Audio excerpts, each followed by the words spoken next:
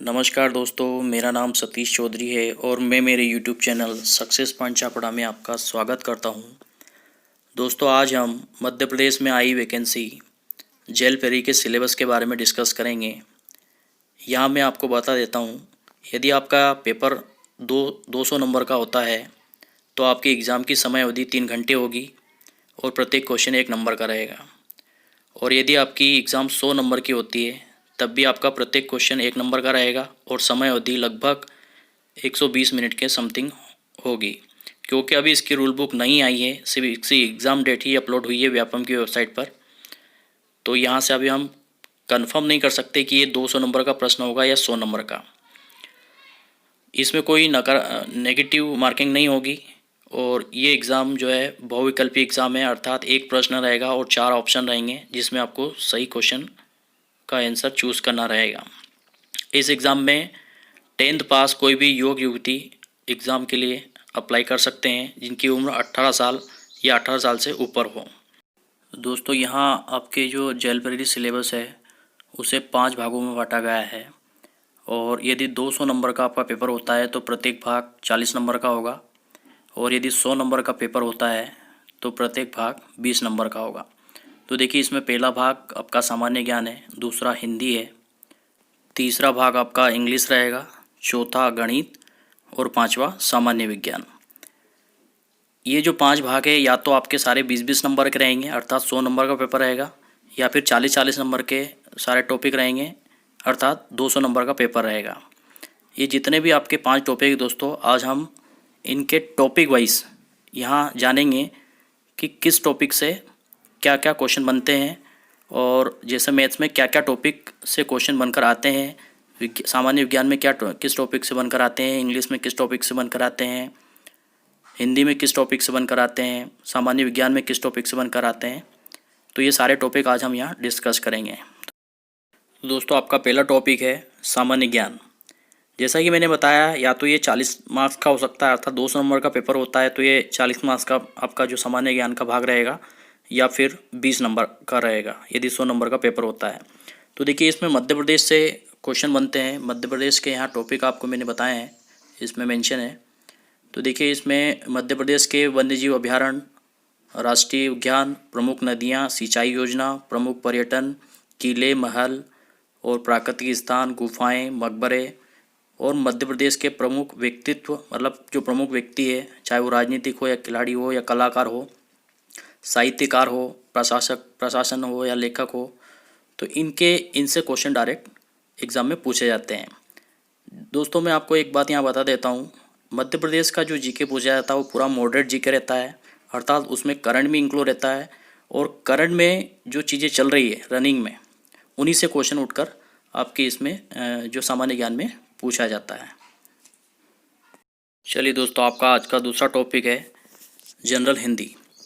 इसमें आपको जो टॉपिक से पूछे जा सकते हैं क्वेश्चन वो है वर्तनी की सामान्य अशुद्धियाँ, शब्दों के शब्द, रूप शब्दों के स्त्रीलिंग बहुवचन, किसी वाक्य को अन्य लिंग में परिवर्तन, मुहावरा, उनका अर्थ और अशुद्ध वाक्य, रूप, शुद्ध रूप शब्द, वाक्यों के शुद्ध रूप और विलोम शब्द, समानार्थी शब्द, पर्यायवाची शब्द और यहाँ संधि, संज्ञा और आपका जो है छंद, ये सारे जो टॉपिक है, लोकोक्तियाँ, कहावतें, एक शब्द, ये सारे टॉपिक से आपके एग्ज़ाम में हिंदी में क्वेश्चन पूछे जा सकते हैं और बिल्कुल नॉर्मल क्वेश्चन पूछे जाते हैं।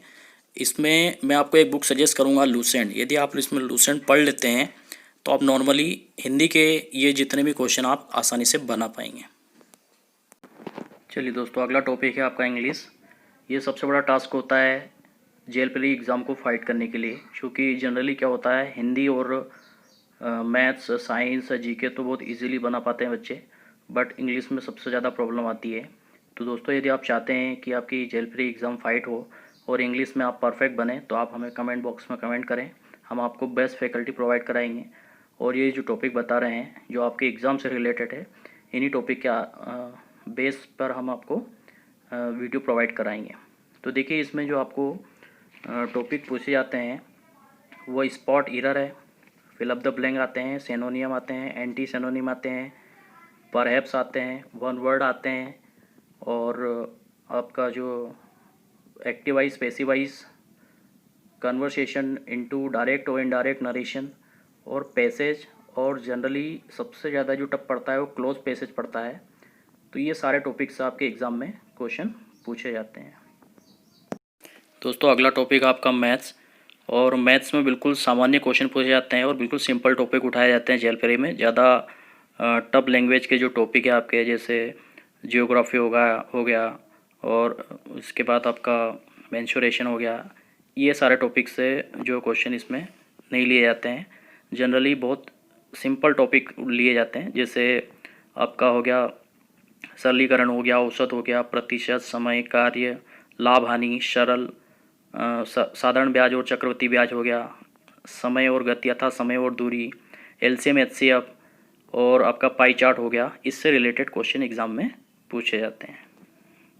दोस्तों अगला टॉपिक आपका साइंस, और साइंस में आपको मैं एक सजेशन देना चाहूँगा। यदि आप साइंस में चाहते हैं कि आपको पूरे मार्क्स मिले, तो आप कक्षा 5वीं से लेके कक्षा 10वीं तक का एनसीईआरटी साइंस वो आप पढ़ लीजिए। क्योंकि जनरली क्या होता है, बहुत सारे बच्चे लूसेंट से साइंस पढ़ते हैं, रेलवे स्पीड से साइंस पढ़ते हैं।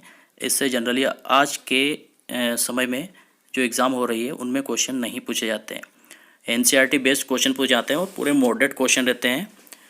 तो मेरा तो पर्सनल सजेशन है आपको कि आप एनसीईआरटी बुक को प्रेफर करें, क्योंकि उसी से क्वेश्चन आपके जो है आते हैं। ये जितने भी टॉपिक देख रहे हैं, ये कक्षा 5th से लेके 10th तक के जो साइंस है उसी के टॉपिक हैं। अब जैसे इसमें नॉर्मली टॉपिक जो मेंशन करे उसने द्रव्यमान है, आयतन है, परावर्तन है, अपवर्तन है, गति के नियम, गुरुत्वाकर्षण, और इसके बाद रासायनिक सूत्र, अम्ल क्षार, ये सारे जो टॉपिक है ये सब एनसीईआरटी से रिलेटेड टॉपिक है। तो आप एनसीईआरटी बुक को ही प्रेफर करें। और दोस्तों यदि आप चाहते हैं कि आपकी जेएलपीआरई की एग्ज़ाम बहुत अच्छे से आपकी तैयारी हो, तो आप हमें कमेंट बॉक्स में कमेंट करें।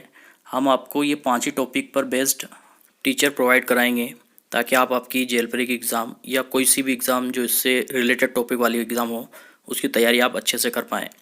दोस्तों आपको मेरे लेटेस्ट वीडियो प्राप्त करने के लिए आप मेरे चैनल को सब्सक्राइब करें, ताकि आपको हम जो भी वीडियो यहाँ से डालें तो आपको लेटेस्ट वीडियो प्राप्त हो सकें।